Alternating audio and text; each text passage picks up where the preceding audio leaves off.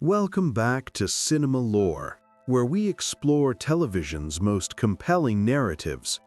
Tonight, we journey into the shadowed world of Miami to uncover the complete story of Dexter Morgan, a man living two lives. Over the next couple hours, we'll explore the origins of his dark passenger, the code that defines him, and the tragic cycle of violence and love that shapes his existence. So settle in, get comfortable, and let's begin this deep dive into the mind of America's favorite serial killer. Chapter 1: The Birth of Darkness. In the humid air of Miami, beneath the palm trees and neon lights, there exists a predator unlike any other. Dexter Morgan appears to be an ordinary blood spatter analyst working for Miami Metro Police Department. But beneath this carefully constructed facade lives something far more complex and terrifying. To understand Dexter, we must first understand where darkness begins. The story starts not with the man, but with the child. A young boy, no more than 3 years old, sits in a shipping container surrounded by blood. His mother lies dead, butchered by chainsaw, and the child has been trapped in this crimson nightmare for 2 days. The blood pools around him, seeps into his consciousness, becomes part of his very being. This is the moment Dexter Morgan dies, and something else is born. The trauma of that shipping container creates a fundamental break in the child's psyche. While other children might repress such horror, young Dexter absorbs it, internalizes it, allows it to become the foundation of his identity. The blood doesn't just surround him, it defines him. Years later, he will work with blood professionally, as though drawn to the substance that marked his beginning. Harry Morgan, a police officer responding to the scene, makes a choice that will echo through decades. He adopts the traumatized child, bringing him into a home with his biological daughter, Debra. Harry sees something in the boy's eyes that day, an emptiness that disturbs him even as he feels compelled to save the child. He doesn't yet understand that some things cannot be saved, only managed. As young Dexter grows, signs of his difference begin to emerge. He doesn't connect with other children the way he should. He watches them play and laugh, studying their interactions like a scientist observing an alien species. He learns to mimic their behavior, to smile when smiling is expected, to laugh when laughter seems appropriate. But inside there is only coldness and an ever-growing hunger he doesn't yet understand. The first kill comes early. A neighborhood dog disappears, and Dexter knows what happened, though he cannot yet articulate it. The urge inside him demanded satisfaction, and the animal provided it. It's a small thing, meaningless to most, but to Dexter it represents the first feeding of the darkness that will define his existence. The dark passenger, as he will come to call it, has tasted blood. Harry Morgan is a detective, trained to observe, to notice patterns that others miss. He begins to see those patterns in his adopted son. The missing pets, the boy's strange emotional distance, the way Dexter's eyes light up at crime scenes when Harry brings him along. A terrible understanding dawns on Harry, one that will shape both their destinies. His son is becoming something monstrous, and traditional intervention will not save him. The trauma of that shipping container creates what psychologists might call a psychopath, someone incapable of genuine emotional connection, lacking empathy, driven by compulsions they cannot control. But Harry sees something else, an intelligence and awareness that might be channeled, directed, given purpose and structure. If Dexter must kill, perhaps he can be taught to kill those who deserve it. This realization leads Harry to make his second fateful choice. Rather than seeking help through conventional means, rather than committing his son to institutions that would either fail to contain him or destroy what remains of his humanity, Harry decides to train Dexter himself. He will teach his son to hunt, but to hunt only monsters. He will give the darkness a code. The code of Harry begins to take shape through countless conversations between father and son. Harry teaches Dexter to blend in, to appear normal, to construct a mask of humanity so convincing that no one will suspect what lies beneath. He teaches the importance of routine, of maintaining relationships, of keeping up appearances. Every lesson serves the greater purpose of protecting Dexter from discovery while giving his compulsions acceptable outlets. But the code is more than just camouflage. Harry establishes rules that will govern Dexter's kills for decades to come. First and most important, never kill an innocent. Dexter must be certain of his victim's guilt, must gather evidence, must know beyond doubt that the person on his table deserves death. This transforms murder from random violence into something that resembles justice, at least in Harry's tortured reasoning. The second rule follows naturally from the first: never get caught. Dexter must be meticulous, careful, leaving no evidence that could lead back to him. Harry teaches his son forensics not just as a career, but as a survival skill. Dexter will work with blood spatter analysis, learning the very techniques that could expose him, turning that knowledge into armor against detection. Third, Dexter must fit in, must appear normal in every way. This means maintaining relationships, showing up for family obligations, participating in the mundane rituals of American life. Harry understands that isolation breeds suspicion, so Dexter must be visible, known, considered ordinary by everyone around him. The best hiding place is in plain sight. Harry's training extends to the practical mechanics of murder. He teaches Dexter how to select victims, how to stalk them without being noticed, how to ensure they're alone and vulnerable. He explains the importance of a kill room, a controlled environment where Dexter can work without interruption. Every detail matters. Every step must be planned and executed with precision. The kill ritual itself becomes a ceremony with specific elements that never vary. Plastic sheeting to contain blood spatter, table to restrain the victim, tools laid out with surgical precision, and most importantly, the blood slide, a single drop collected from each kill, a trophy that proves the kill was real, that the dark passenger was satisfied. These rituals provide structure to chaos, transform compulsion into something controlled and deliberate. But teaching Dexter to kill is only half of Harry's mission. He must also teach his son to hide his true nature from the one person that matters most, Debra. Harry's biological daughter must never know what her brother truly is. This protection of Debra becomes central to Dexter's existence, even as it requires constant deception of the person he's supposed to love.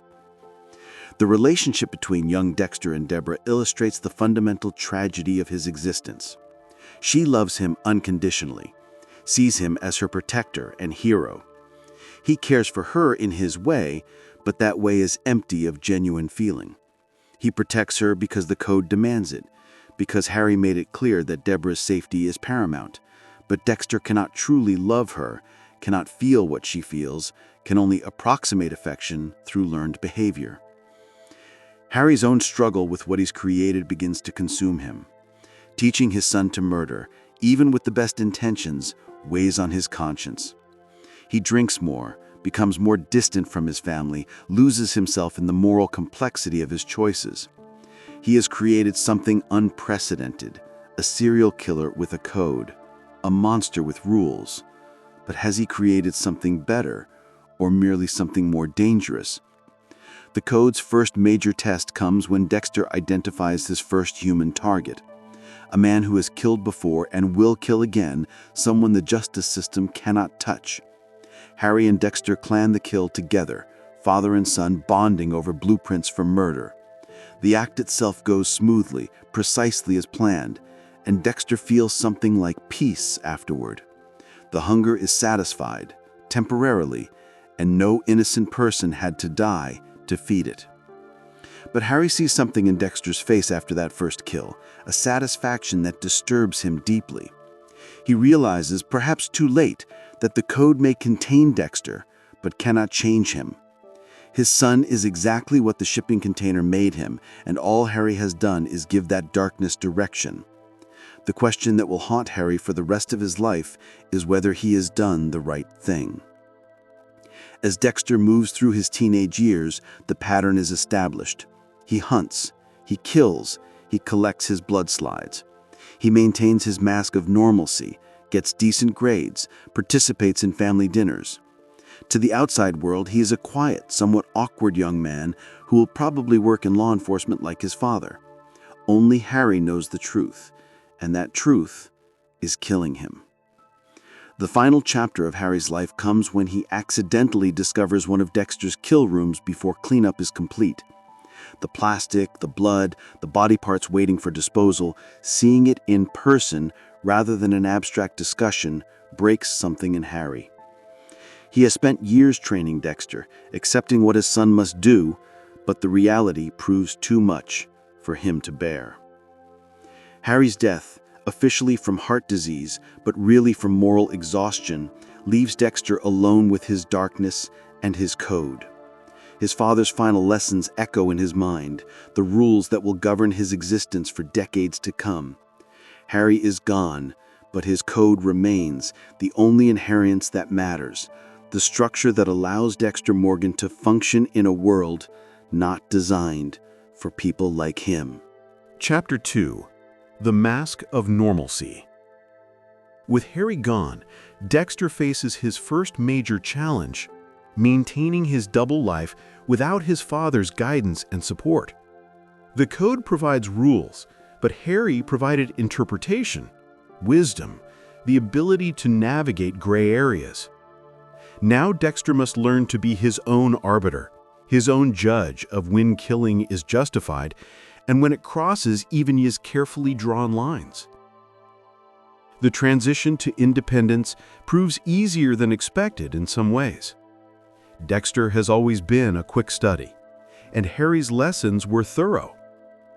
The mechanics of hunting and killing have become second nature, muscle memory and routine. It's the emotional navigation that proves difficult. Understanding when to show sympathy, how much grief to display, what facial expressions convey appropriate feelings. Dexter's career choice reflects both his nature and his need for cover. Blood spatter analysis puts him at crime scenes, gives him access to police resources, allows him to identify potential targets while appearing to serve justice. It's perfect camouflage, and Dexter excels at the work. His lack of emotional response to gore and violence, which would be a liability in most contexts, becomes an asset in forensic analysis. Miami Metro homicide becomes his second home, the place where his mask must be most convincing.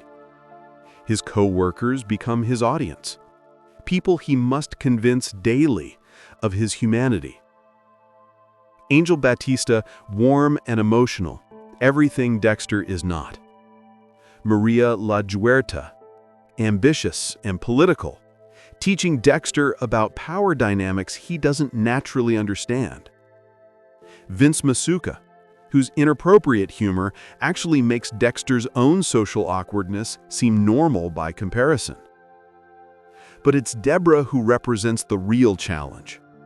She follows their father into police work, becomes a detective, surrounds herself with the same world Dexter inhabits.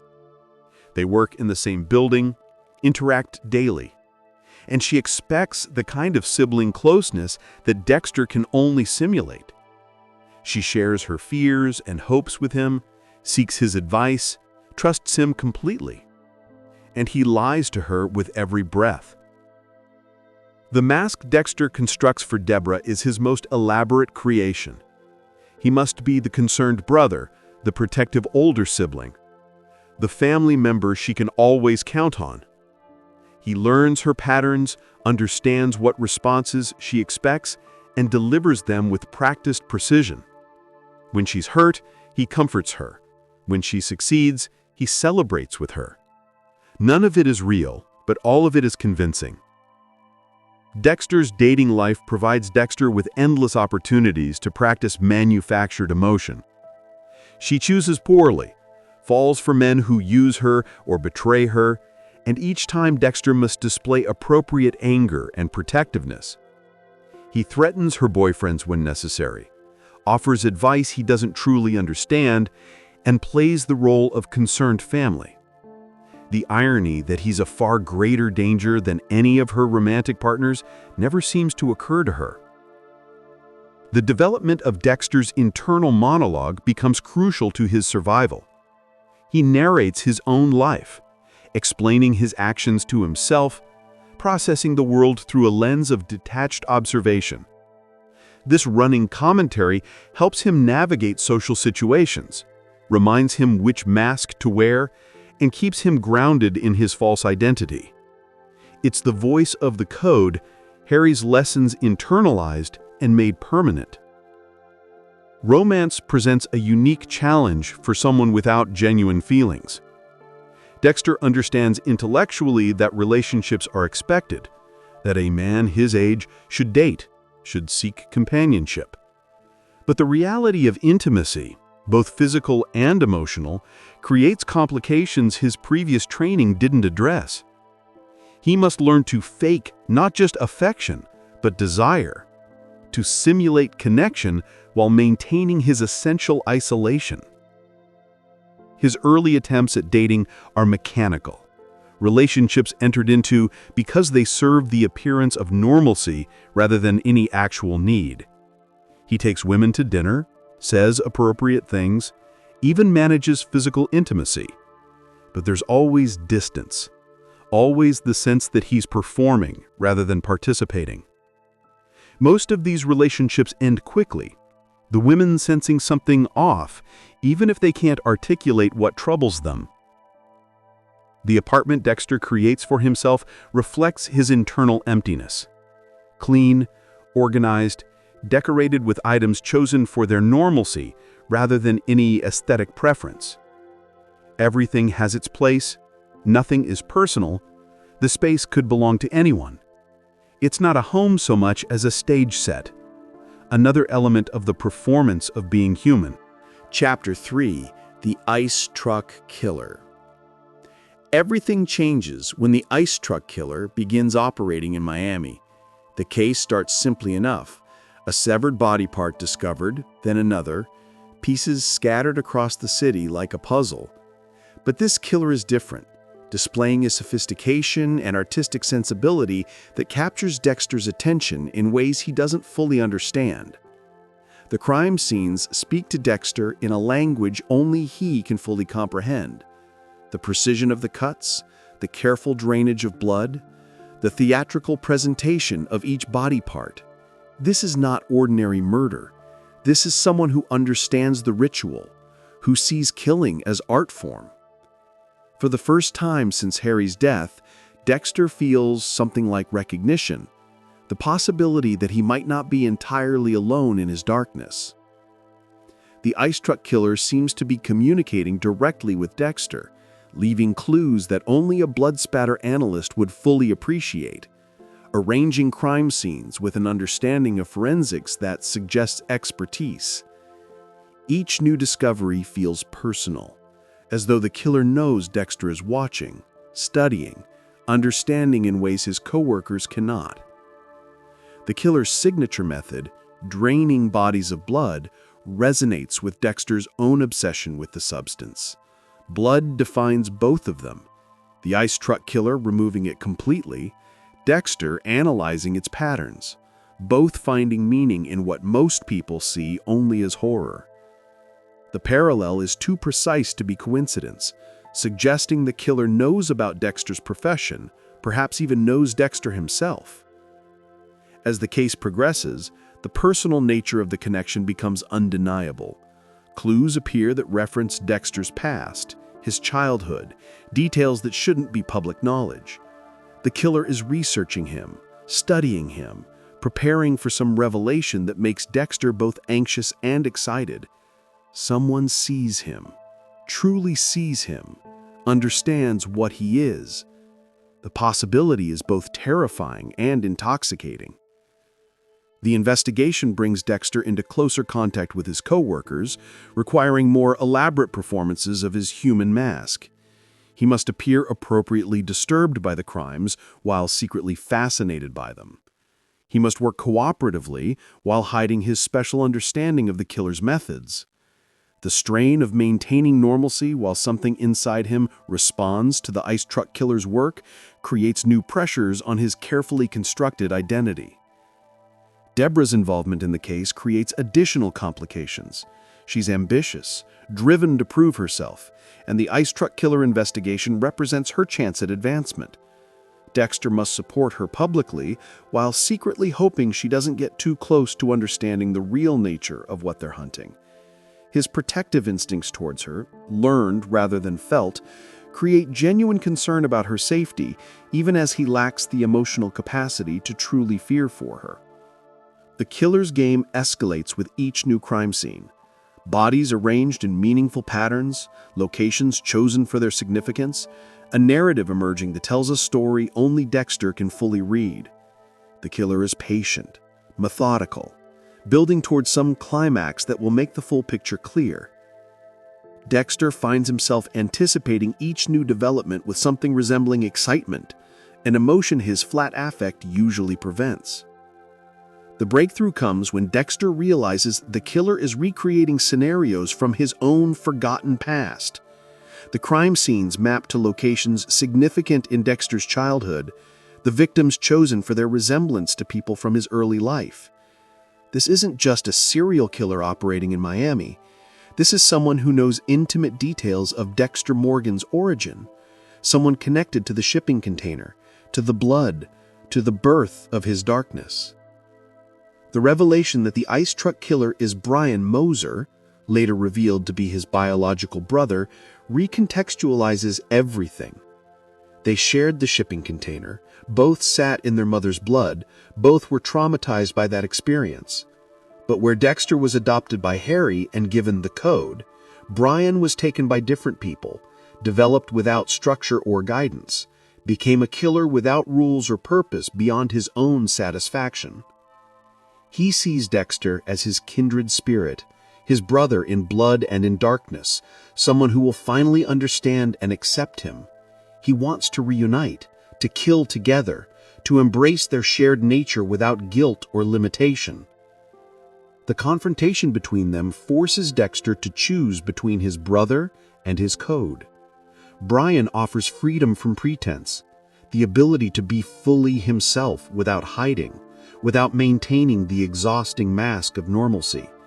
He shows Dexter a life where the dark passenger could run free, where killing could happen without careful selection of deserving victims, where family means something different than it does with Debra and the Morgans.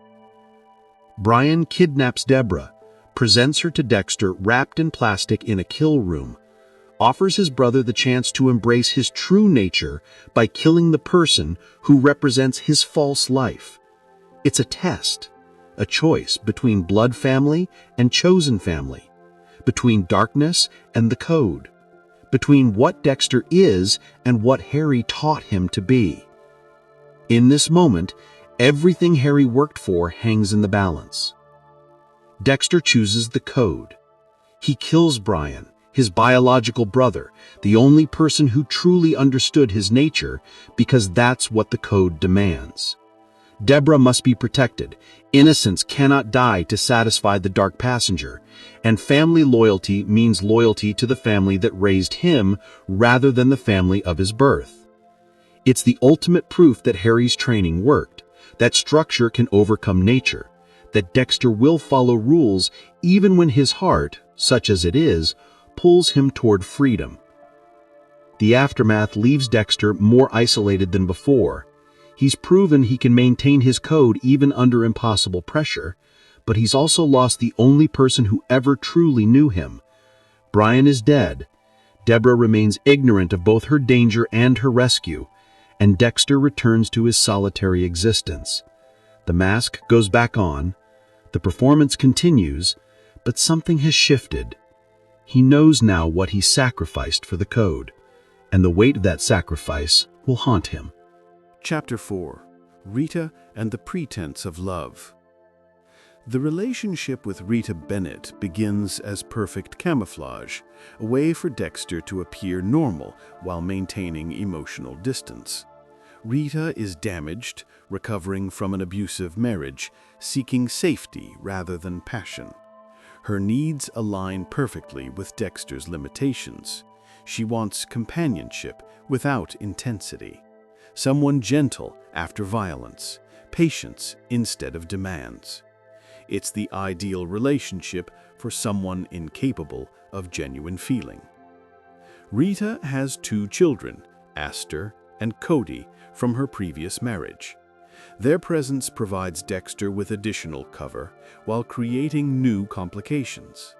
He must learn to interact with children, to simulate paternal care, to participate in family activities that bore him but serve his purposes.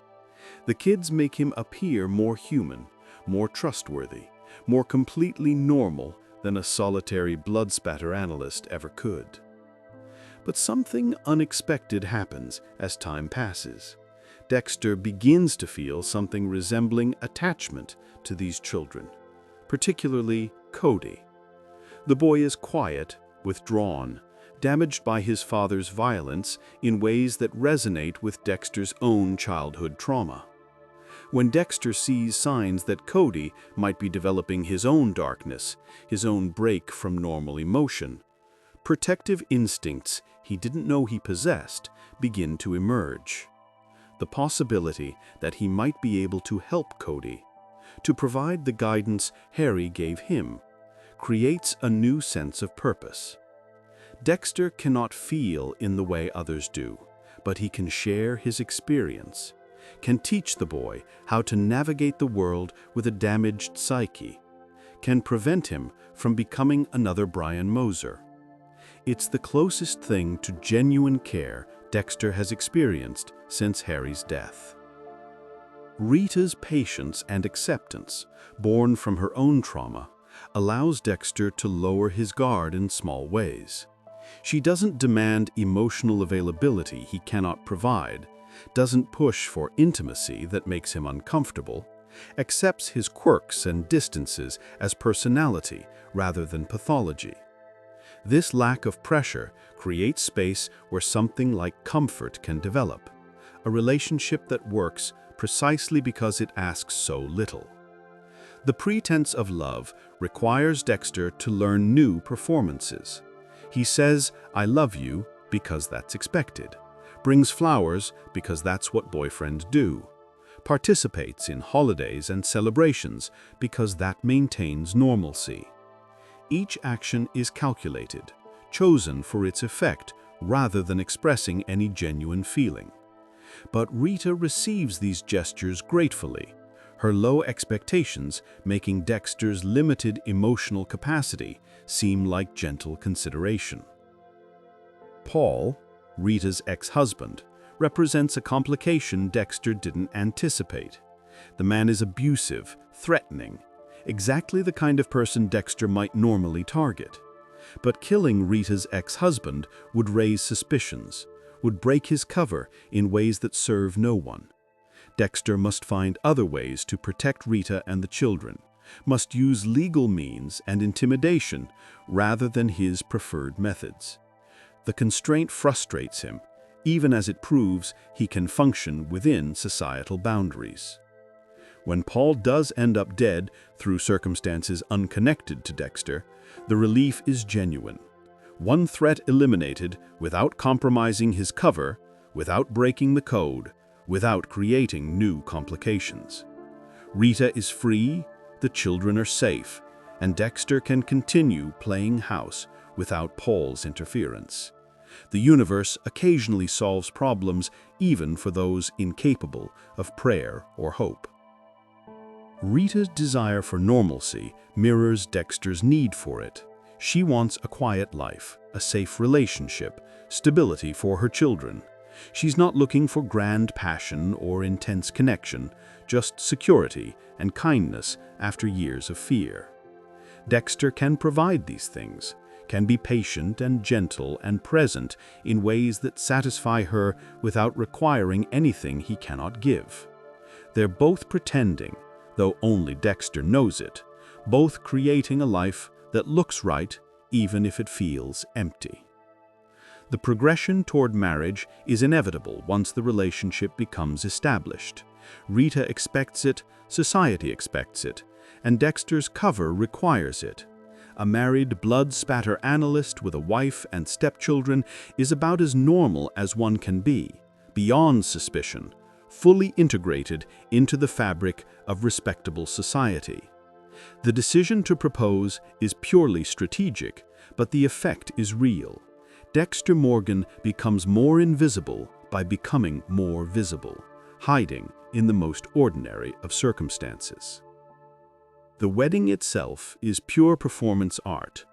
Dexter says appropriate vows, wears the right clothes, smiles for photographs, participates in all the rituals of matrimony without feeling any of the emotions supposedly associated with them. Debra cries tears of joy, Rita glows with happiness, guests celebrate the union, and Dexter watches himself participate, narrating the experience internally, noting which gestures produce desired responses, filing away information for future use. Married life brings new routines and responsibilities. Dexter moves into Rita's house, integrates into her family's patterns, becomes a stepfather in earnest. The morning chaos of getting children ready for school, the evening rituals of dinner and homework, the weekend activities that fill suburban life. All of it becomes part of Dexter's cover. He's not just pretending to be human anymore, he's pretending to be a family man, and the added complexity requires constant attention. Rita's needs for physical intimacy create one of the relationship's few genuine tensions. Dexter can perform mechanically, but cannot generate desire or passion. His solution is typical.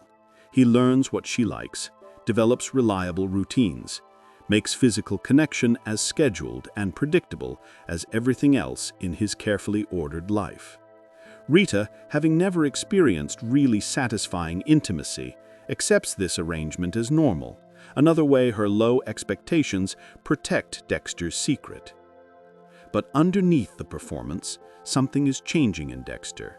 He begins to value the stability Rita provides, to appreciate having a place to return to after his night activities, to enjoy in his limited way the structure that family life imposes.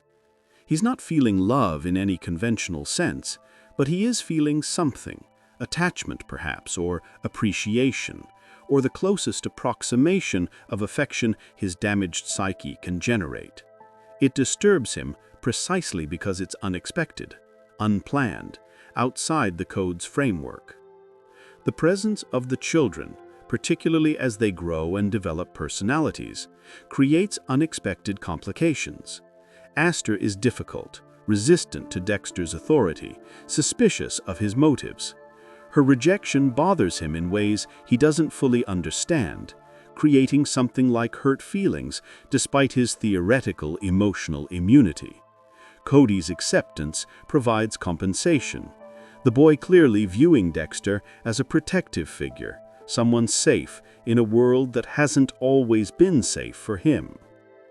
Rita's pregnancy, when it comes, represents the ultimate test of Dexter's commitment to his cover. She's having his biological child, something that wasn't part of the plan, that creates permanent connections and responsibilities he never anticipated. He should feel trapped, should want to flee this ever-deepening entanglement with normal human existence. Instead, he finds himself curious about what it means to create life rather than take it, to participate in beginning rather than ending. Chapter 5. The Dark Defender. The emergence of Dexter's reputation as someone who acts outside the law to achieve justice. He doesn't seek recognition, but occasionally his activities leave impressions on the city and on individuals who believe someone is protecting them from monsters the system cannot touch. This accidental mythology creates complications and opportunities in equal measure. Some people begin to notice patterns, criminals disappearing, cases going cold when the suspect vanishes, a certain type of predator never making it to trial. The police dismiss these patterns as confirmation bias or coincidence, but certain civilians, often victims or potential victims, begin to wonder if someone is actively hunting the hunters, killing the killers, making Miami safer in ways official justice never could. One comic book artist creates the Dark Defender, a superhero obviously based on the rumors and speculation surrounding these disappearances. The character is noble, purposeful, driven by righteous anger to eliminate evil where the law proves inadequate. The comic becomes moderately popular in Miami, and Dexter finds himself amused by this heroic interpretation of his activities. If they only knew the truth, that the Dark Defender acts from compulsion rather than nobility, from hunger rather than righteousness. But the mythology serves his purposes, even as it distorts his nature. People who believe in the Dark Defender are less likely to suspect Dexter Morgan, mild-mannered forensics analyst, of being anything other than exactly what he appears. The mask becomes more effective because someone created an alternative story about who might be responsible for the disappearances, a story far more dramatic and heroic than the reality. Debra's reaction to the Dark Defender concept reveals her own complicated relationship with justice. She wants to believe someone is fighting for victims when the system fails, wants to believe that nobility and purpose can exist outside official channels. Her faith in this imaginary hero bothers Dexter because it demonstrates how little she understands about real darkness, real compulsion, real emptiness dressed in the clothes of justice. The reality is that Dexter is neither hero nor villain in any conventional sense. He's a man following rules to manage urges, satisfying needs by targeting those whose removal improves the world. There's no nobility in it, no grand purpose, just structure imposed on chaos, routine built around compulsion. The code isn't moral philosophy, but practical necessity, the minimum requirements for a serial killer to function within society without detection. Yet the impact of his activities is real, even if the motivation isn't heroic. The people he kills would have hurt others, would have continued their patterns of violence or abuse or exploitation. Their removal does make Miami marginally safer, does prevent future victims, does achieve something resembling justice, even if that's not Dexter's goal. The Dark Defender mythology recognizes this effect while completely misunderstanding the cause. Some of his targets become aware they're being hunted before he kills them. They feel watched, notice patterns, sense danger without being able to articulate its source. This awareness adds satisfaction to the hunt, the knowledge that predators are experiencing the fear they usually inflict on others. Dexter doesn't feel empathy, but he understands poetic justice in his way, appreciates the symmetry of hunters becoming hunted. The question of whether Dexter is making conscious moral choices or simply following Harry's programming becomes relevant as the mythology grows. Does he target bad people because that's ethically correct, or because the code requires it for his own protection? If Harry had taught different rules, would Dexter follow them just as faithfully? The answer suggests that his actions, however beneficial their outcomes, stem from obedience rather than morality, from structure rather than conscience.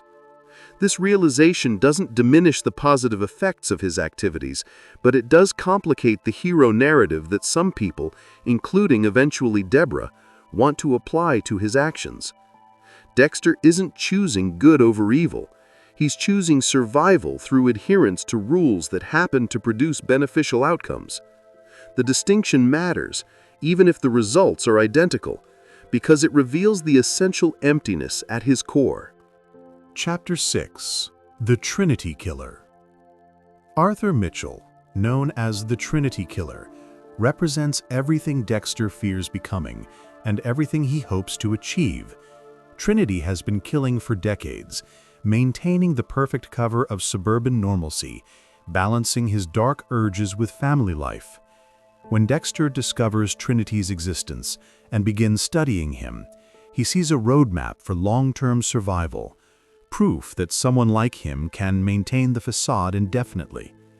Trinity's pattern is complex and ritualistic, killing in cycles of 3, each death representing a different type of loss from his childhood trauma. A young woman in a bathtub recreating his sister's suicide. A mother falling to her death like his mother's accident. A father bludgeoned as he wanted to kill his own abusive father. The pattern has repeated for 30 years, dozens of cycles, and Trinity has never been caught, has never even been seriously suspected. The sophistication of Trinity's operation impresses Dexter deeply. The man has perfected the art of hiding in plain sight, living as Arthur Mitchell, devoted family man and community pillar, while satisfying his dark passenger through carefully scheduled kills.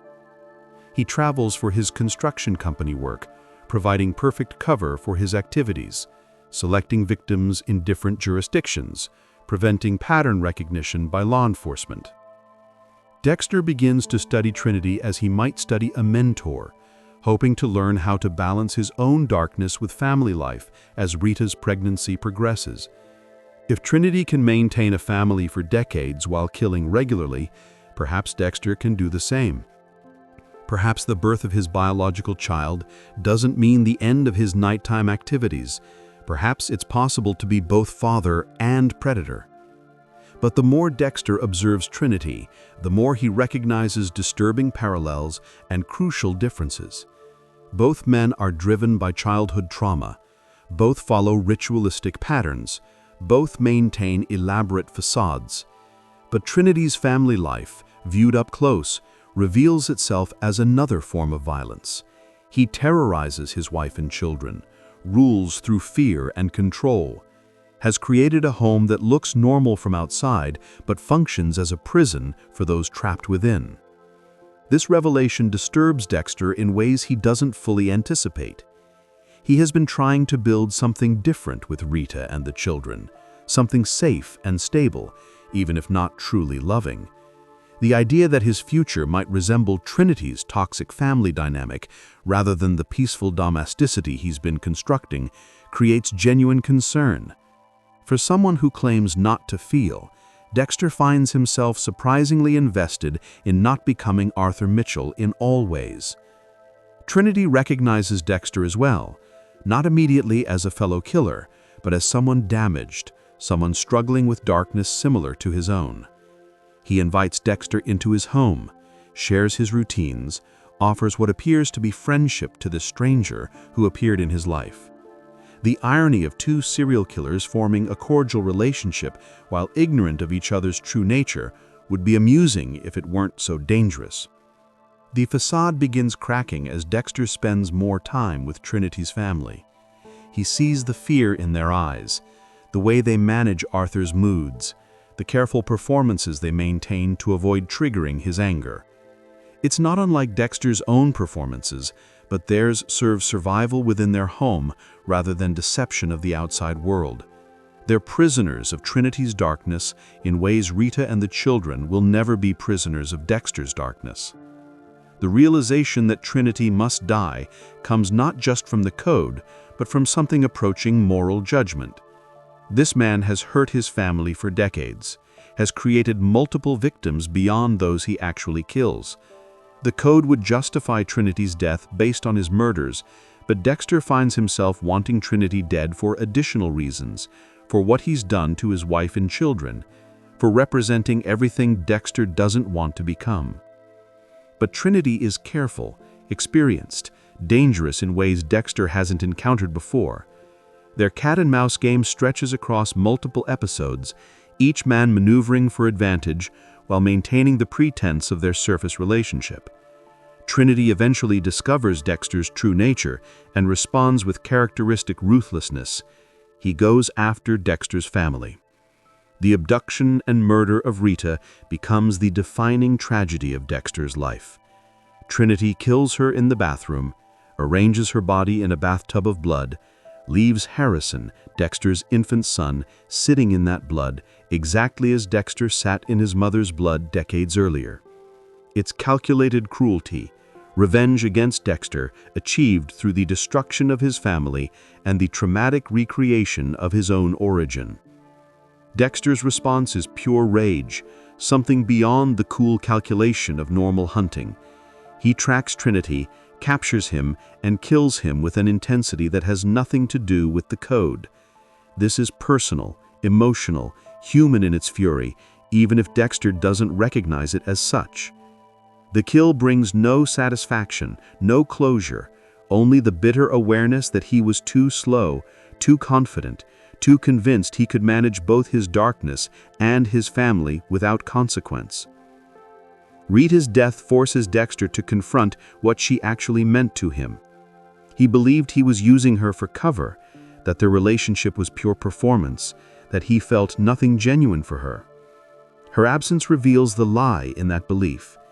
He misses her presence, misses the stability she provided, misses having someone who accepted him without question. Whether this constitutes love in any meaningful sense is debatable, but it's undeniably feeling, undeniably loss, undeniably human. Harrison sitting in his mother's blood represents the cycle continuing. Dexter sees himself in his son, sees the birth of darkness in that shipping container moment recreated. The question that will haunt him is whether Harrison is doomed to become what Dexter is, whether trauma has already written the boy's future, whether the cycle can ever be broken or only managed. The aftermath leaves Dexter more isolated than ever before. Rita is dead, her children move to live with their grandparents, and Dexter is left alone with Harrison and his darkness. The family he built as camouflage has been destroyed by the very thing he thought he was hiding it from it. The code protected him from legal consequences, but couldn't protect those close to him from the dangers his darkness attracts.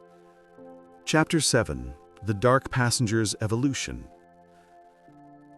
After Rita's death, Dexter's understanding of his own nature begins to shift. The dark passenger, which he has always described as something separate from himself, something that drives him but isn't truly him, starts to feel more integrated, more acknowledged as part of his complete identity rather than an external force.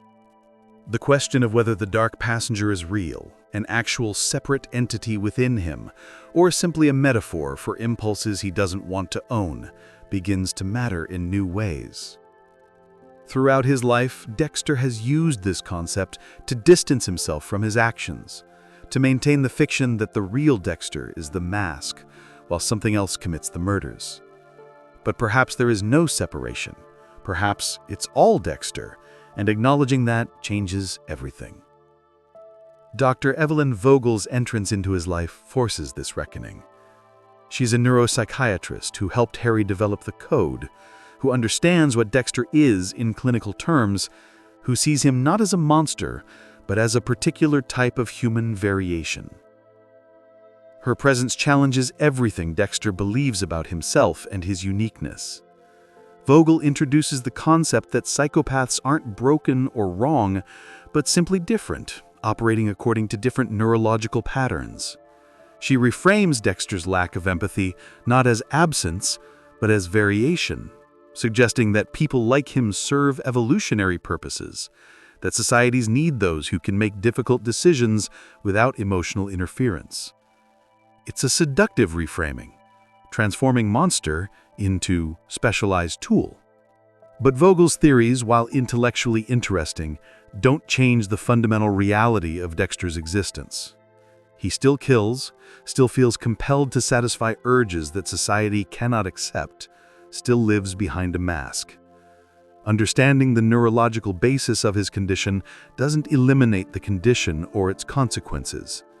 He's still dangerous, still fundamentally isolated, still incapable of normal human connection. The revelation that Vogel helped create the code forces Dexter to reconsider Harry's legacy. His father didn't invent the solution to Dexter's darkness alone. He had expert help, clinical guidance, psychological frameworks to work within. This knowledge both validates and diminishes the code. It's based on sound psychological principles, but it's also an experiment, a clinical trial with Dexter as the only subject. Vogel's own relationship with her psychopathic son reveals the limits of her theories and methods. She believes she can help people like Dexter function in society, but her son Daniel becomes a serial killer who targets her other patients, proving that understanding psychopathy doesn't guarantee ability to control or channel it. The code works for Dexter, but it's not a universal solution, not a reliable treatment for others with similar conditions.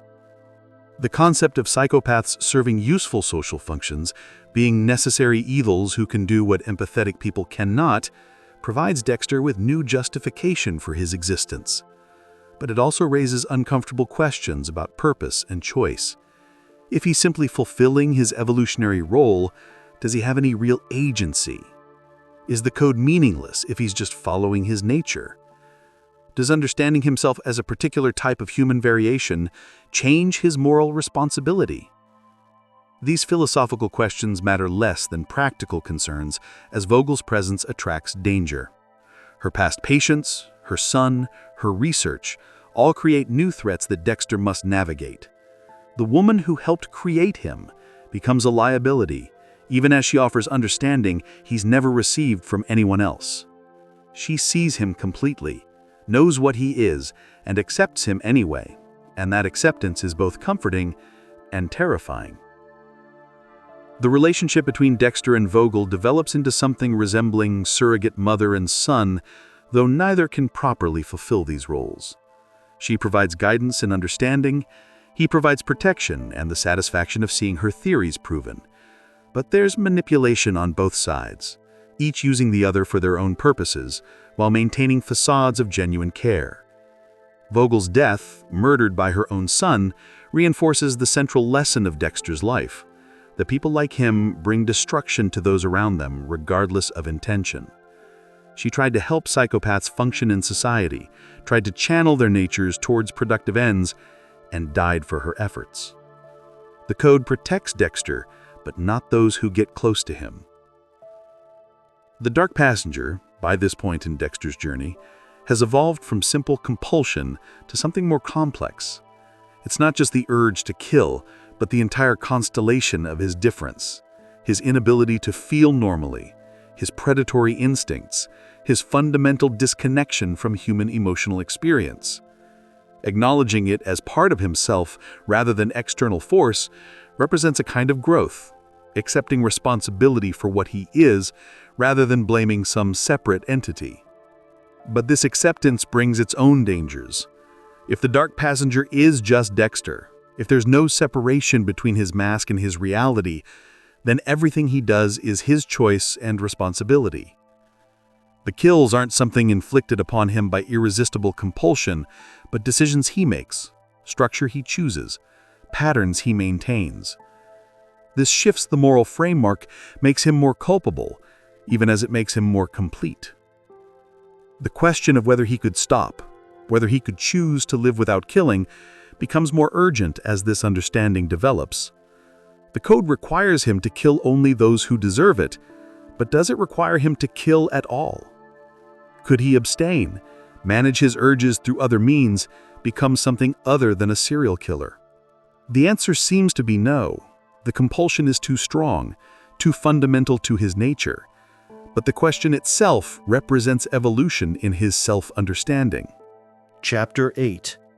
Debra's Discovery. The moment Debra discovers Dexter's true nature, it represents the culmination of years of lies and careful deception.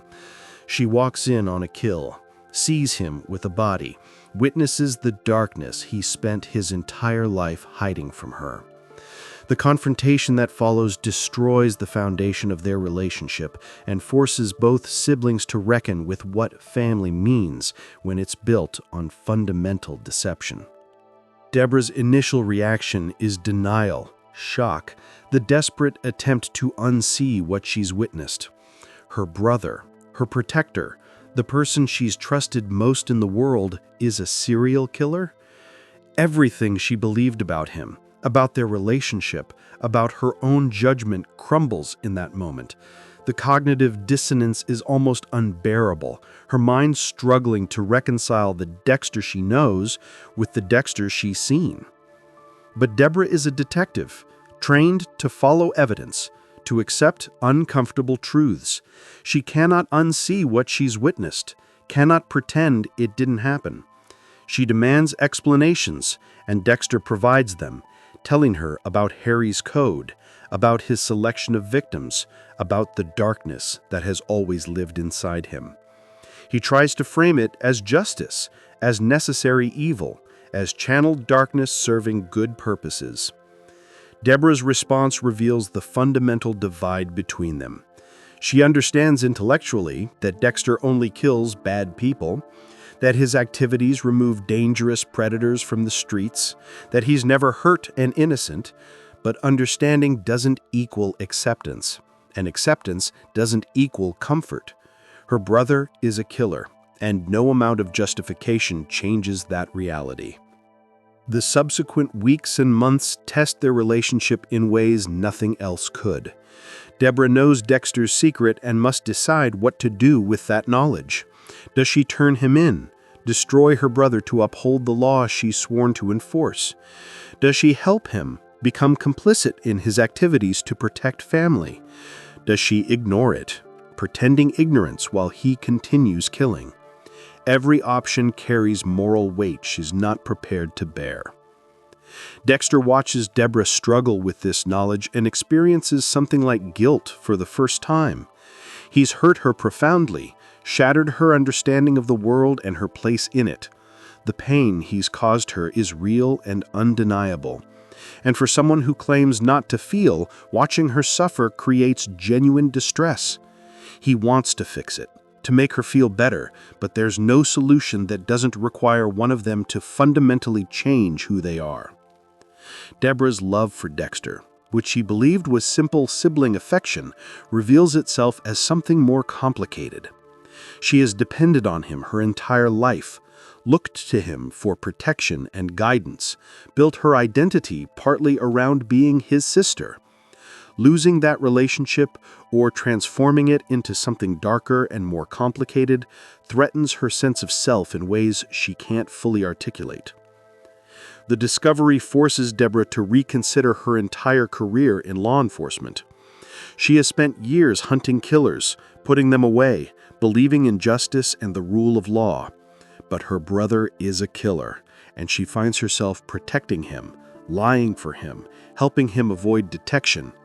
This hypocrisy eats at her, creates guilt and self-loathing, turns her into someone she doesn't recognize. Dexter tries to explain that he's different, that the code makes him acceptable, that Harry understood this and created a framework for managing his darkness. But these explanations ring hollow to Debra, who sees only that her brother kills people and she's choosing family over duty. The code is just rules, structure imposed on murder, and regardless of its intentions or outcomes, it's still serial killing. The relationship deteriorates as Debra struggles with her knowledge and choices. She drinks more, makes poor decisions, pushes away other connections while remaining tied to Dexter through obligation and damaged love. She becomes an accomplice to his darkness, and the complicity destroys her from the inside. Her moral clarity, always her greatest strength, becomes muddied by family loyalty and the impossible choice between brother and duty. Dexter recognizes that his presence in Debra's life is toxic, that knowing his truth has damaged her in ways that cannot be repaired. This recognition represents significant emotional development for someone who claims not to feel. He can see that he's hurting someone he cares about and understand that the ethical response would be removing himself from her life. But he cannot do it, cannot walk away, cannot free her from the burden of loving him. The question of whether Debra can ever truly forgive Dexter, whether their relationship can survive this revelation, remains unresolved through most of the remaining seasons. They cycle through periods of closeness and distance, moments where connection seems possible, and moments where the gulf between them feels unbridgeable. The damage is permanent, the innocence of their earlier relationship destroyed by truth. Debra's attempt to save Dexter, by helping him, by accepting his darkness and working within the code's framework, represents her desperate search for a way to love her brother without betraying everything she believes. But this middle path proves unstable, satisfying neither her need for moral clarity nor his need for acceptance. They're trapped together by family bonds neither can fully sever, hurting each other through proximity while unable to maintain distance. Chapter 9. Hannah McKay and the Possibility of Understanding. Hannah McKay enters Dexter's life as a killer he's hunting, a woman who has murdered multiple people with poison, hiding behind a facade of gentle femininity. Their confrontation leads not to her death, but to recognition, two predators acknowledging each other, seeing past the masks to the darkness beneath. It's the beginning of the most significant romantic relationship of Dexter's life. Hannah is different from Rita in every meaningful way. Where Rita was damaged and seeking safety, Hannah is strong and self-possessed.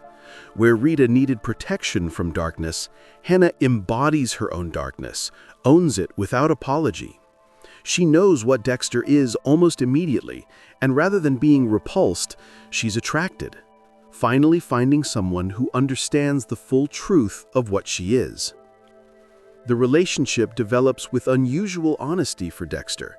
He doesn't have to hide his nature, doesn't have to pretend to feel things he doesn't feel. Hannah accepts his emptiness because she shares it, understands his compulsions because she has her own. They can discuss killing the way normal couples discuss work, sharing techniques and experiences without judgment or horror. This acceptance is intoxicating for Dexter. For the first time since Brian's death, he has someone who truly knows him and wants to be with him anyway. The exhausting performance of Normalcy can drop away in Hannah's presence. He can be fully himself, darkness and all, without fear of rejection or exposure. The relief of being known is profound. But Hannah is also dangerous in ways Rita never was. She's impulsive where Dexter is methodical, emotional where he is flat, willing to kill for personal reasons rather than according to any code. She represents what Dexter might become without Harry's structure, deadly but undisciplined, satisfying urges without consideration of consequences or collateral damage. Their relationship forces Dexter to consider what he actually wants from life. Is the code truly necessary, or is it just Harry's solution imposed on him? Could he live without its constraints, killing when and how he wishes, like Hannah does?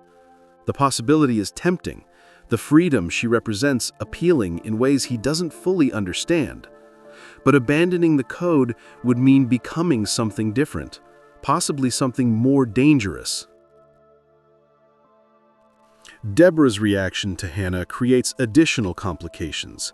She sees Hannah as a threat to both Dexter and those around him, a destabilizing influence who might pull her brother further into darkness. Her attempts to remove Hannah from Dexter's life create conflict that forces Dexter to choose between his sister and his lover, between the family that raised him and the woman who understands him. Hannah's relationship with Harrison adds another dimension. She cares for the boy genuinely, not performing maternal behavior, but actually connecting with him. This surprises Dexter, who assumed his son was simply convenient cover for her. The realization that Hannah might actually love Harrison creates new questions about her capacity for feeling and about the nature of family that killers might build together. The poison Hannah uses as her weapon fascinates Dexter, as it represents a fundamentally different approach to killing. Where Dexter is intimate and ritualistic, getting close to his victims and working with knives, Hannah is distant and clinical, using poison to kill from a safe remove. The methods reflect different relationships with violence, different psychological needs and satisfactions from the act of murder.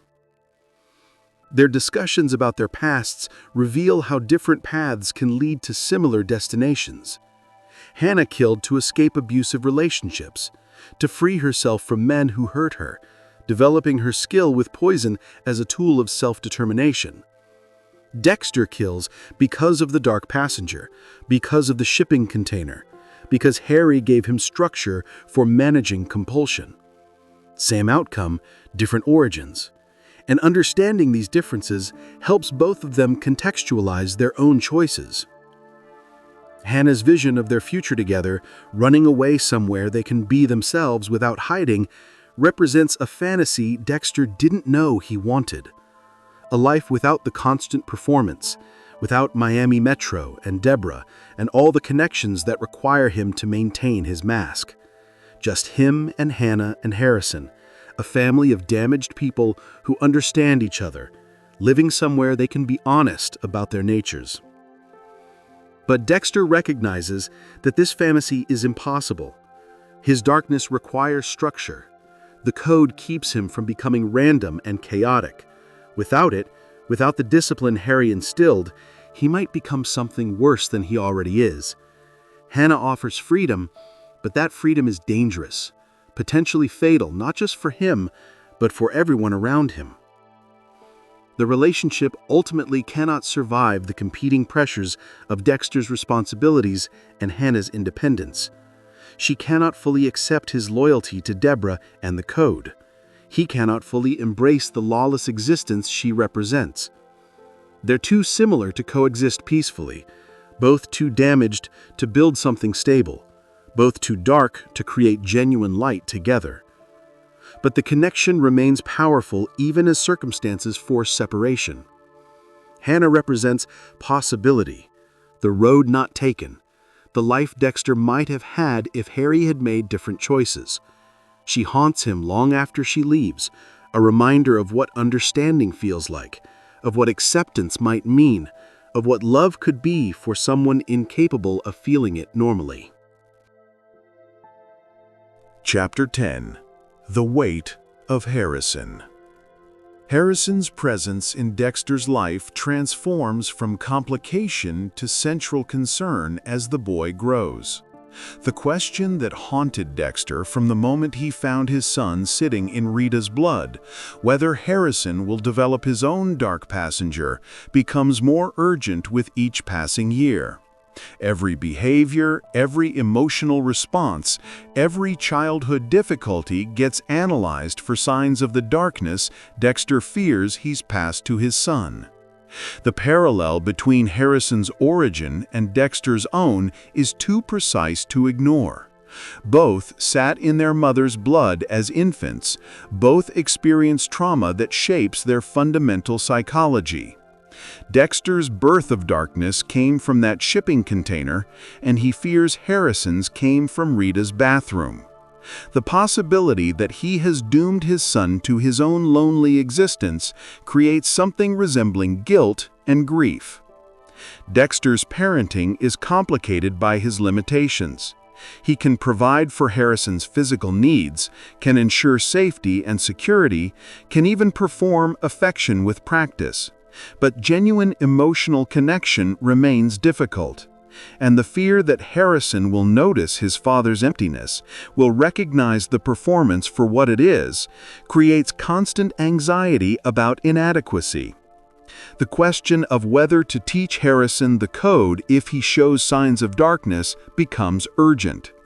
Harry taught Dexter because he had no choice, because the boy was clearly developing into a killer regardless of intervention. Should Dexter wait for similar signs in Harrison, or should he prepare the boy now, give him tools for managing darkness before it fully manifests?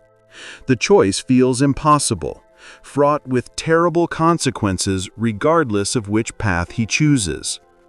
Hannah's relationship with Harrison complicates these concerns. She provides something Dexter cannot: genuine warmth and emotional availability. Harrison responds to her naturally, bonds with her in ways he never quite bonds with Dexter. This creates jealousy in Dexter, not romantic jealousy, but something else. Envy, perhaps, that Hannah can give his son what he cannot. Resentment that she succeeds where he fails. The various nannies and caregivers who cycle through Harrison's life become witnesses to Dexter's inadequacy. They see a father who is present but distant, who goes through motions without genuine engagement, who clearly loves his son in theory while struggling to express it in practice. Their judgment, whether real or imagined, creates additional pressure to perform not just humanity, but good parenting. Harrison's nightmares and behavioral difficulties as he processes Rita's death and his own trauma force Dexter to engage with emotions he doesn't fully understand. How does one comfort a child when one cannot feel distress oneself? How does one explain death and loss when one's own relationship with mortality is purely intellectual? Dexter must learn to fake not just adult emotions, but parental ones. And the stakes feel higher because Harrison's development hangs in the balance. The possibility that Harrison might be normal, that he might develop without any dark passenger despite his traumatic beginning, offers hope and creates new fears. If Harrison is normal, can Dexter successfully parent him? Can someone without feelings raise a feeling child? Will Harrison eventually recognize his father's emptiness and be damaged by it in ways different from but equally serious as the darkness Dexter fears passing on? Dexter's protective instincts toward Harrison are the strongest feelings he experiences. The need to keep his son safe, to shield him from danger, to ensure he has opportunities for normal development and happiness, drives decisions that surprise Dexter himself. He would kill for Harrison, would die for him, would sacrifice his own needs for his son's welfare. Whether this constitutes love is debatable, but it's undeniably powerful. The question of what example Dexter provides for his son becomes crucial. Harrison watches how Dexter navigates the world, learns from his father's behavior, internalizes lessons both intended and accidental. The mask Dexter wears for everyone else must be especially convincing for Harrison, because children are perceptive, and because the stakes of discovery feel infinitely higher with his son than with anyone else. Other children's reactions to Harrison provide clues about his development. Is he connecting normally with peers, forming friendships, showing appropriate emotional responses? Dexter watches these interactions obsessively, looking for signs of difference, signs of the isolation he experienced as a child. Every normal social interaction Harrison has feels like victory, evidence that maybe the cycle can be broken. The tension between protecting Harrison and preparing him for possible darkness creates impossible choices. Should Dexter shield his son from the knowledge of the world's cruelty, or expose him gradually to help him develop realistic understanding? Should he encourage normal childhood innocence, or begin building frameworks for managing potential future compulsions? There are no good answers, only choices that feel inadequate regardless of their outcomes. Harrison's questions about his mother, about that night in the bathroom, about his own foggy memories of trauma, force Dexter to navigate truth and fiction carefully. What does a child need to know about his origin? How much truth can he handle? How do you explain that his father's activities attracted the monster who killed his mother without making Harrison feel responsible or afraid? The realization that Harrison will eventually be old enough to discover the truth on his own, to perhaps investigate his father's activities, to potentially recognize patterns and draw conclusions, creates long-term anxiety for Dexter. The secret he's kept from Debra, from Rita, from everyone who matters, will eventually be available to his son through investigation and understanding.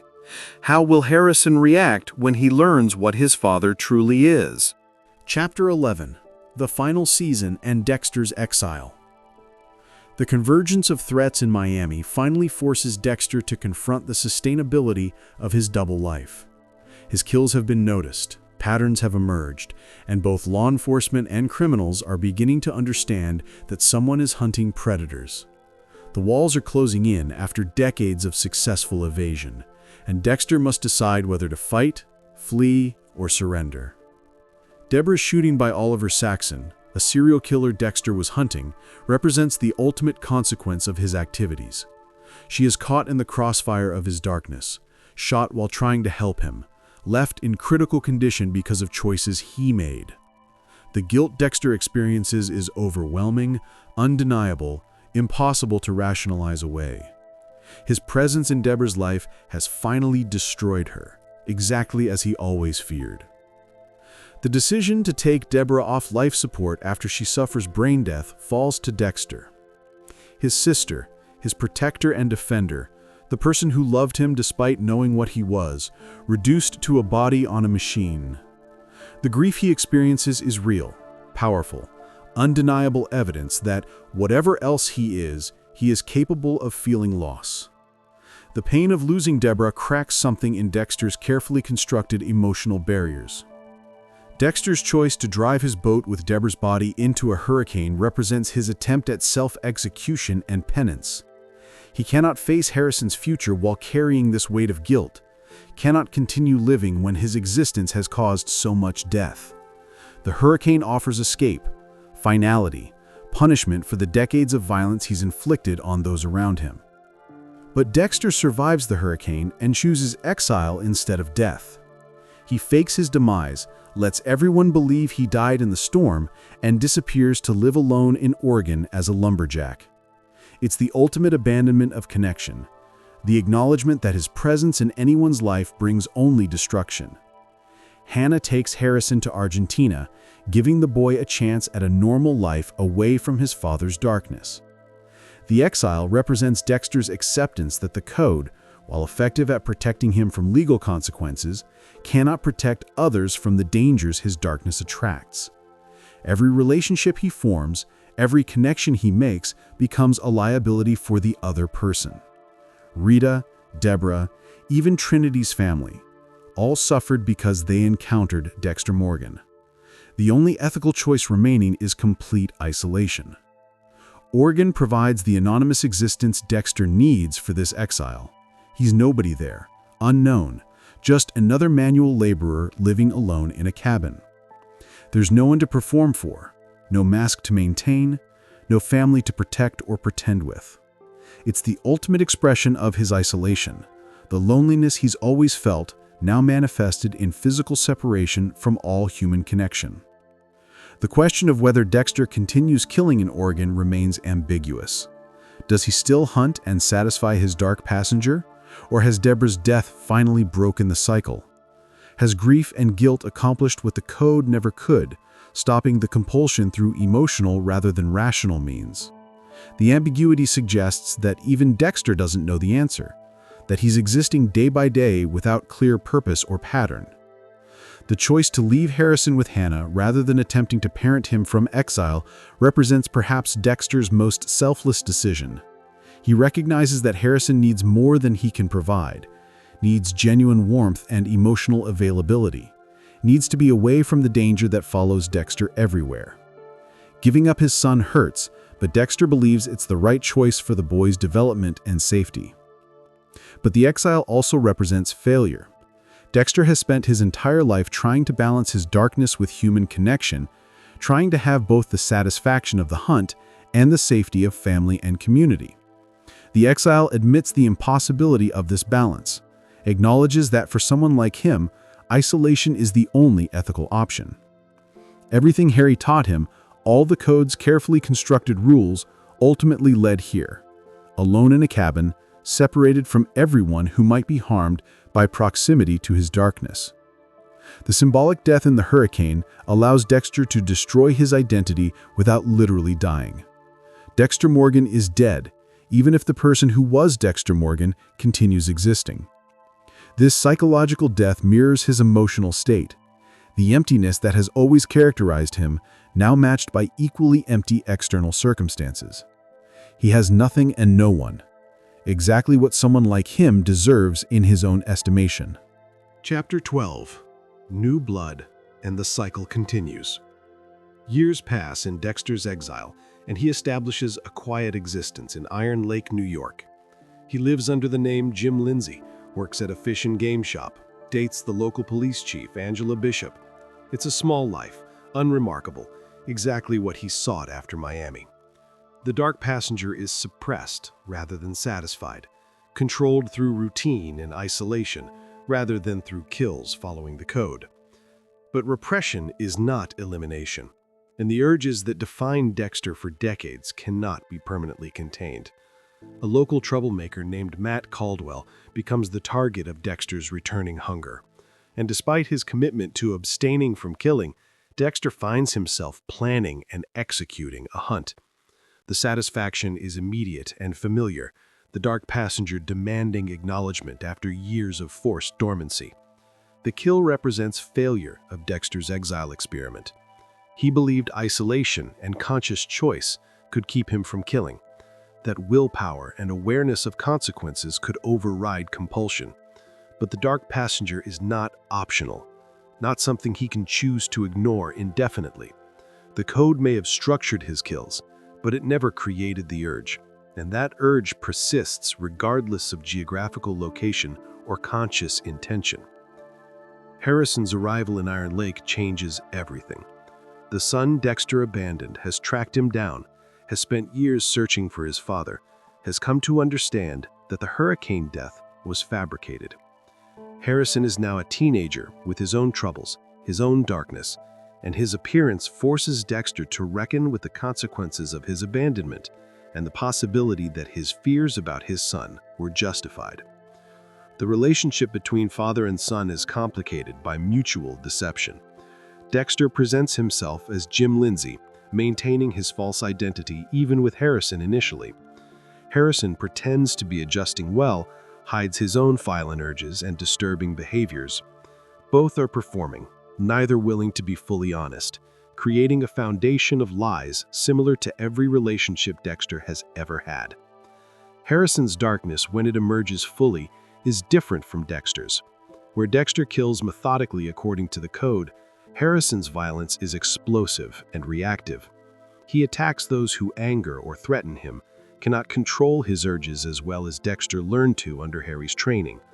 The boy needs guidance, structure, the very code that shaped Dexter's life.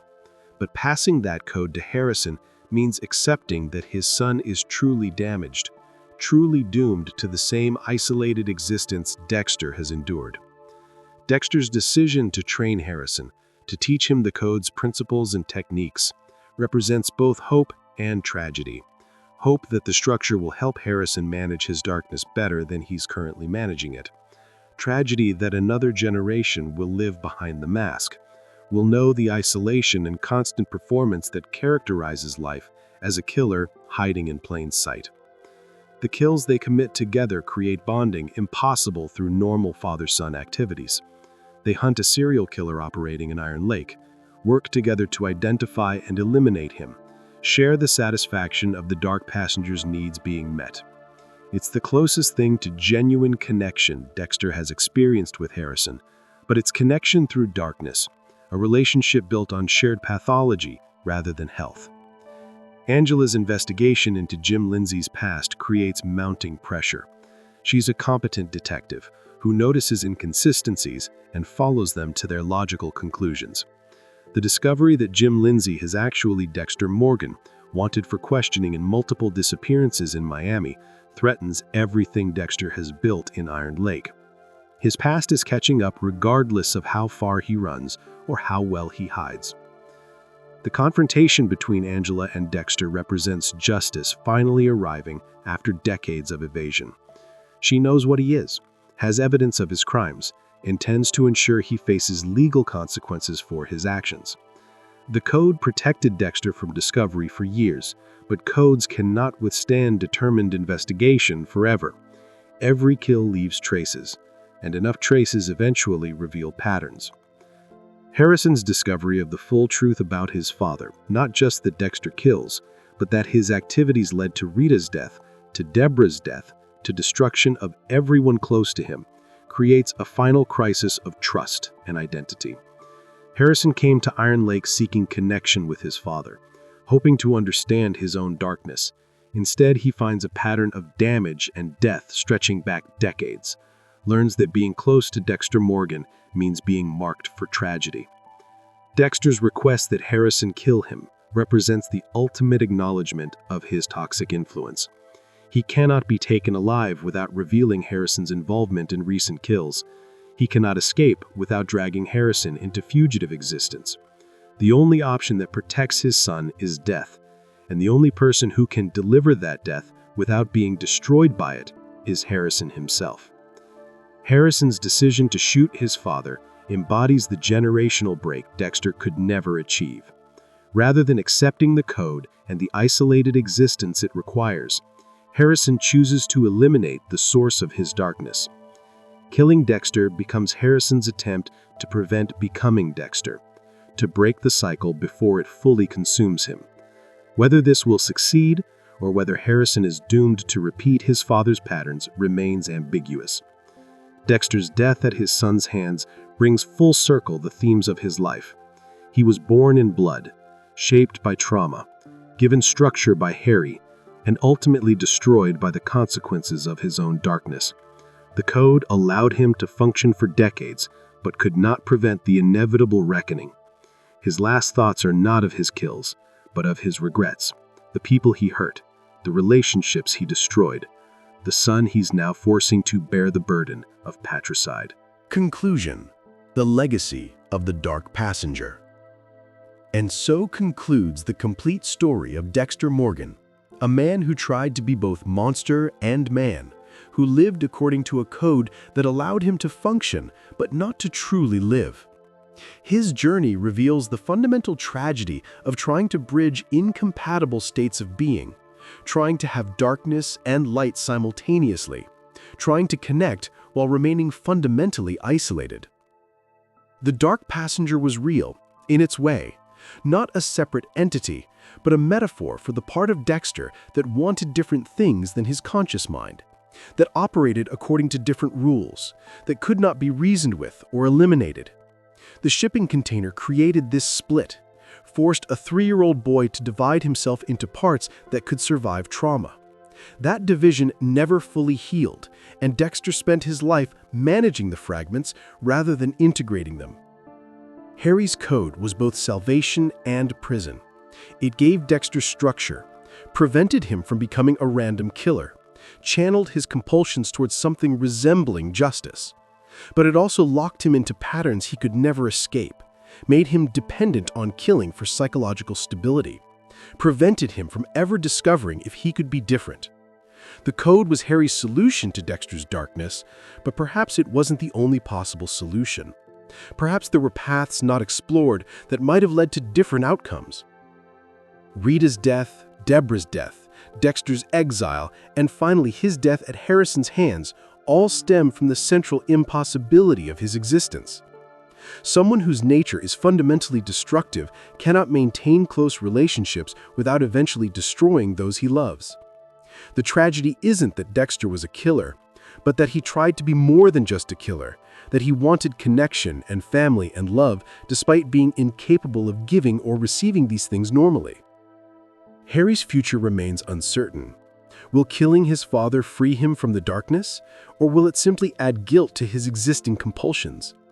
Has he learned enough from Dexter's mistakes to choose a different path, or is he doomed to repeat the cycle with new victims and new regrets? The ambiguity is appropriate, as it was ambiguous whether Dexter himself ever truly had a choice about what he became. The question of moral responsibility runs throughout Dexter's story. He chose his victims carefully, followed rules designed to minimize harm, tried to channel his darkness towards beneficial ends. But does any of this absolve him of responsibility for the deaths he caused, the lives he destroyed? The code made him feel better about killing, gave him justification and structure, but it didn't make killing right. Justice served outside legal channels is still vigilantism, regardless of how carefully targeted or morally justified. The great tragedy of Dexter Morgan is not that he was a serial killer, but that he was self-aware about it, that he understood his nature and its costs without being able to change or escape it. This consciousness made his isolation more profound, his relationships more complicated, his choices more ethically fraught. He saw his own patterns, knew he would hurt those around him, but couldn't stop himself from trying to connect anyway. Harry's legacy is complex. He saved Dexter from becoming an uncontrolled killer, gave him tools for functioning in society, allowed him to have some form of life rather than prison or death.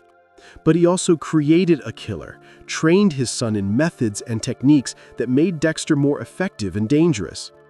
Would Dexter have developed differently with traditional intervention? Could therapy, medication, and institutional support have created different outcomes? These questions remain unanswerable, but haunt the story's conclusion. The code of Harry ultimately reveals itself as inadequate. It provided rules, but not meaning, structure, but not purpose, survival, but not fulfillment. Dexter lived by the code for decades, and it kept him out of prison, but it couldn't keep him from being lonely, couldn't protect those he cared about, couldn't prevent the inevitable collapse of his carefully constructed life. The relationship between trauma and identity emerges as central to understanding Dexter's journey. The shipping container didn't just damage him, it created him. The person he might have become without that trauma is unknowable, lost in the blood that surrounded him for 2 days. Everything that followed, Harry's adoption, the code's development, the decades of hunting, all of it stems from that original moment of horror. Dexter is inseparable from his trauma in ways that make questions of choice and responsibility infinitely complex. The love Dexter felt, or didn't feel, for the people in his life remains ambiguous, even to him. Did he love Rita, Debra, Harrison in any meaningful sense? Or did he simply value them, appreciate their roles in his life, miss them when they were gone without experiencing genuine love? The question matters less than the effects of his relationships. Whether love or its approximation, his connections to others shaped his choices, motivated his actions, created meaning in what might have been an empty existence defined only by compulsion. The cycle of violence that runs through Dexter's family, from the shipping container to Harrison's ultimate act of patricity, suggests that some damage cannot be overcome, only passed forward. Each generation tries to break free, to be different, to escape the patterns that defined their parents. But trauma has momentum, and violence begets violence, even when those involved understand intellectually that the cycle should end. The question of whether Dexter was born broken or made broken by circumstances is ultimately unanswerable. His psychopathy might have existed independent of the shipping container trauma, or the trauma might have created psychological damage that manifested as psychopathy. Either way, the result is the same: a person fundamentally disconnected from normal human emotion, capable of functioning in society only through learned behavior and conscious performance. Miami itself serves as a character in Dexter's story, the bright surface concealing dark depths, the tourist destination hiding violent reality, the sunshine and beaches masking blood and death. Dexter's ability to hide in plain sight mirrors Miami's dual nature, both presenting polished surfaces while conducting darker business behind closed doors. The city enabled his activities while remaining largely ignorant of them, just as society often ignores monsters hiding among us. The various mentors and influences in Dexter's life, Harry, Vogel, even Trinity in his way, all tried to shape him according to their understanding of what he was and what he needed. But none of them truly succeeded in making him into something stable and sustainable. Harry gave him rules, but died from the guilt of it. Vogel gave him understanding, but couldn't protect him or others. Trinity showed him what not to become, but couldn't prevent the attraction of unrestrained darkness. The family, both biological and chosen, runs throughout Dexter's story with complicated results. His biological family gave him trauma and connection to Brian and Hannah, people who understood his darkness. His chosen family, the Morgans, gave him the Code and Debra, people who tried to make him human through love and expectation. Neither family type provided complete solutions, and both created complications that shaped his journey. The performance of normality, which Dexter maintained for decades, raises questions about authenticity and identity. If he performed humanity long enough and well enough that others believed it, does that performance become real in some sense? Can learned behavior eventually become genuine, or does it remain forever artificial regardless of how convincingly executed? Dexter believed his mask was always just a mask, but moments of genuine feeling, particularly around Harrison and Debra, suggest the performance might have created something authentic through repetition. The blood that defines so much of Dexter's life, from the shipping container to his career to his kills, serves as a constant reminder of his origin and nature. He works with blood professionally, analyzes its patterns, understands its meaning better than most. But his relationship with blood goes beyond professional expertise to something almost spiritual, a connection to the substance that witnessed his birth into darkness. The kills themselves, hundreds of them over decades, represent lives ended by Dexter's hands. The Code justified each one, declared them deserving, transformed murder into something resembling justice. But each victim, regardless of their crimes, was a person whose story ended because Dexter Morgan decided they should die. The weight of all those deaths, all those endings, must exist somewhere in Dexter's consciousness, even if he doesn't process it emotionally the way others might. The question of redemption, whether someone like Dexter can ever be redeemed or forgiven, remains open. He tried to use his darkness for good, tried to protect the innocent by eliminating the guilty, tried to follow rules that made his activities less harmful. But redemption requires more than good intentions or carefully selected victims. It requires genuine remorse, real change, transformation of nature rather than mere management of symptoms. Dexter's death at Harrison's hands might be viewed as redemptive in its way. He sacrificed himself to protect his son, to prevent Harrison from either becoming him or being destroyed by association with him. The final choice to die was perhaps the first completely selfless decision Dexter ever made, motivated not by code or compulsion, but by something resembling genuine love and the desire to protect his child from the consequences of his own existence. The Dark Passenger, which narrated Dexter's internal experience throughout his journey, falls silent in the end. Whether death truly silences it or whether it lives on in Harrison remains ambiguous. But for Dexter, the voice that explained his actions, justified his choices, provided running commentary on his performance of humanity, finally stops. The silence might be peace, or it might be simply absence, the end of consciousness without transcendence or understanding. The legacy Dexter leaves is complicated. He saved some lives by taking others, protected innocence by killing predators, served a form of justice that the legal system could not. But he also destroyed those close to him, created trauma that will echo through generations, demonstrated that even structured darkness eventually brings chaos and pain. The net balance of his existence, whether the world is better or worse for Dexter Morgan having lived in it, cannot be easily calculated. Harry's vision of a serial killer who only kills bad people, who serves justice while managing compulsion, who can function in society while maintaining his nature, proved partially successful for decades. but the final collapse suggests the vision was flawed from the beginning, that the contradictions at its heart could never be fully resolved. The code was a temporary solution that postponed rather than prevented inevitable consequences. The true horror of Dexter's story is not the violence, not the blood, not even the body count.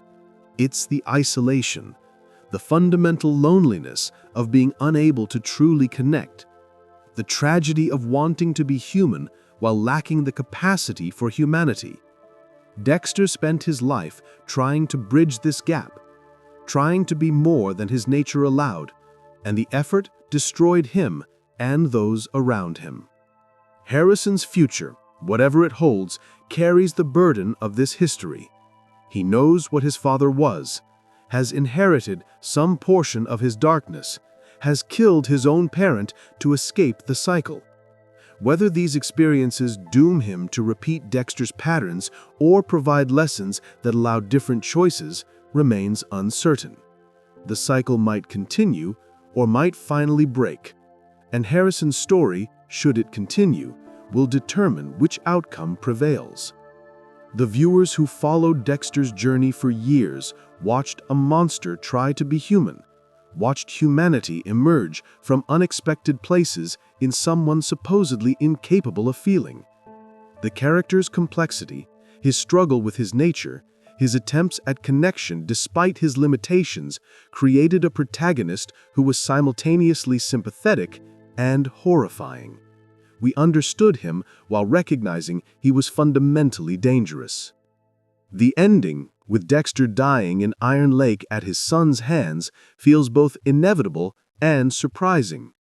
Inevitable because his darkness always brings destruction, because the code's protection could never last forever, because isolation was always the only ethical choice for someone so dangerous. Surprising because Dexter seemed unkillable for so long, always managing to survive, always finding ways to continue despite mounting consequences. The blood-slides, Dexter's trophies from decades of kills, represent the physical evidence of his crimes and the weight of his actions. Each slide carries a drop of blood from a victim, a life ended according to the code's rules. The collection grows for years, hidden but preserved, evidence of everything he's done. Their eventual discovery or destruction symbolizes exposure, the moment when hiding becomes impossible. The relationships Dexter formed throughout his journey, romantic, familial, professional, all shared a common element of fundamental dishonesty. He could never be fully authentic with anyone while hiding his nature, could never achieve genuine intimacy while maintaining his mask. This barrier created distance even in his closest connections, ensured that loneliness persisted regardless of how many people surrounded him. The question of whether Dexter ever experienced genuine happiness is difficult to answer. He felt satisfaction from successful kills, appreciation for stable relationships, something like contentment when his life was ordered and his dark passenger satisfied. But happiness in any deep or lasting sense might have been beyond his capacity, his emotional limitations preventing the full experience of joy or fulfillment. The code's emphasis on evidence and certainty, ensuring victims truly deserve death before killing them, provided important safeguards, but also created moral hazards. Dexter became judge, jury, and executioner, concentrating all aspects of justice in one person without oversight or appeal. The potential for error, for killing someone not truly guilty despite careful investigation, always existed, even if he never acknowledged it. The Miami Metro Police Department, where Dexter worked for decades, represents the ultimate irony of his existence. He helped solve murders while committing them, contributed to justice while evading it, served law enforcement while being one of the criminals they should have caught. His colleagues trusted him completely, never suspecting that the blood spatter expert who helped them understand crime scenes was creating his own in secret. The masks Dexter wore for different people, the brother mask for Debra, the boyfriend-husband mask for Rita and Hannah, the colleague mask for his co-workers, all required constant maintenance and adjustment. Each relationship demanded different performances, different aspects of simulated humanity. The exhaustion of maintaining these multiple masks never quite disappears even when the performances become practiced and automatic. The darkness that defined Dexter's internal experience, the void where feelings should be, the emptiness that compulsion partially filled, never quite goes away despite moments of connection or growth. The fundamental structure of his psychology, shaped by trauma and possibly by birth, persists underneath whatever progress or change he achieves. He can learn to navigate his darkness better, but he cannot eliminate it or transform it into light. The final moments of Dexter's life, facing his son across the barrel of a gun, represent the culmination of everything his choices created. Harrison exists because Dexter tried to have a family. Harrison's darkness exists because of Rita's murder. Harrison's decision to kill exists because Dexter's past finally caught up with him. The moment contains all the tragedy and inevitability that characterize Dexter's journey from beginning to end. Thank you for joining me on this journey through the complete story of Dexter Morgan and his dark passenger.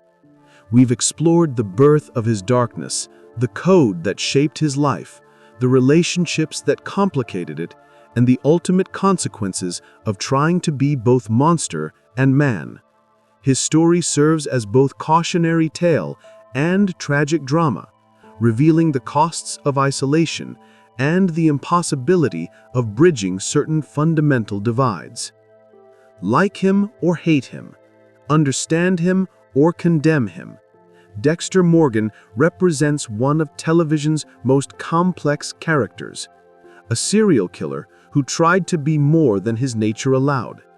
His journey reminds us that trauma shapes us in profound ways, that structure can manage but not eliminate darkness, that isolation might sometimes be the most ethical choice for those whose presence brings destruction.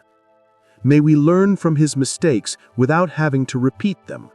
May we find connection without his limitations, and may we recognize that sometimes the monsters among us are trying desperately to be anything but monsters, even when they inevitably fail. Until next time, fellow viewers, sleep well, and remember that the darkness Dexter faced exists in different forms in all of us. The question is not whether we have darkness, but what we choose to do with it, and whether we can maintain our humanity while acknowledging our shadows.